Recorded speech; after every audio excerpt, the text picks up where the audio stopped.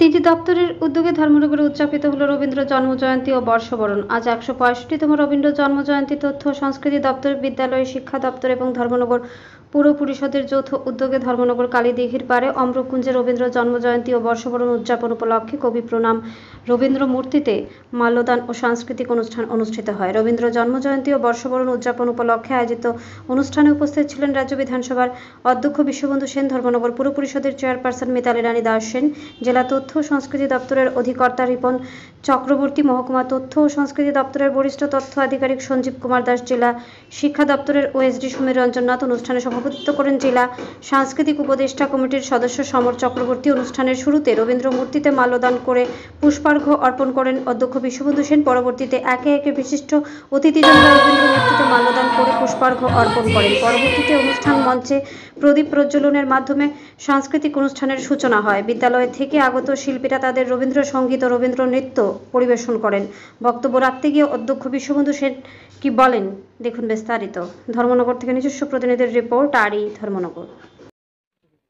মঞ্চে আছেন আইসিটি দপ্তরের অফিসাররা, সমর বাবু, আমার সন্দীপ, আমার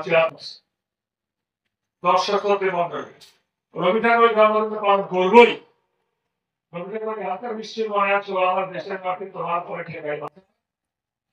রবি ঠাকুর যে জিনিসটা বলতেন আজকে সেটা আমি বলছি, আমি রবি ঠাকুরের মুখের করে পাকিস্তানকে ভারতবর্ষ আগে 3 দিন ধরে দিচ্ছে, যেটা পাকিস্তান সহ্য করতে পারে। আমি খুব ভোরবেলা থেকে টিভি দেখছি, খুব ভোরবেলা পাকিস্তান পতনের মুখে, যেটা আমাদের ভারতের অত্যন্ত গর্বের এবং আনন্দের দিন। তাই আমি ভারতীয় নৌজওয়ান, ভারতীয় সৈন্যবাহিনী এবং এই উদ্যোক্তা যিনি এক নজর লক্ষ্য রাখছেন আমাদের প্রধানমন্ত্রী নরেন্দ্র মোদীজি, ভারতীয় সৈন্যবাহিনী এবং প্রধানমন্ত্রী নরেন্দ্র মোদীজির জন্য আমরা সকল কাছ থেকে এরা বড় ধরনের হাততালি আশা করি।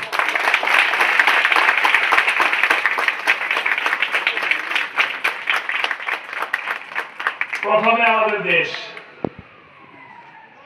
এখন এই দেশে দেশবিরোধী শক্তি আছে।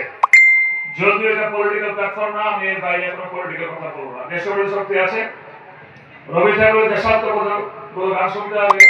আমাদের যাত্রা হলো শুরু, এখন কর্ণধার আমাদের এই যে ও আমার দেশের মাটি, বাধা দিলে বাঁধবে লড়াই, মরতে হবে নইলে সরতে হবে। রবি ঠাকুরের দেশাত্মবোধক গান দেখতে হবে।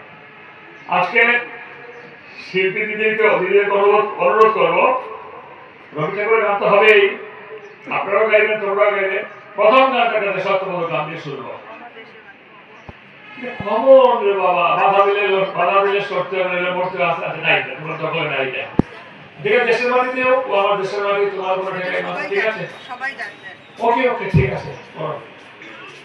সুতরাং আমার বক্তব্য কিছু বলার নেই।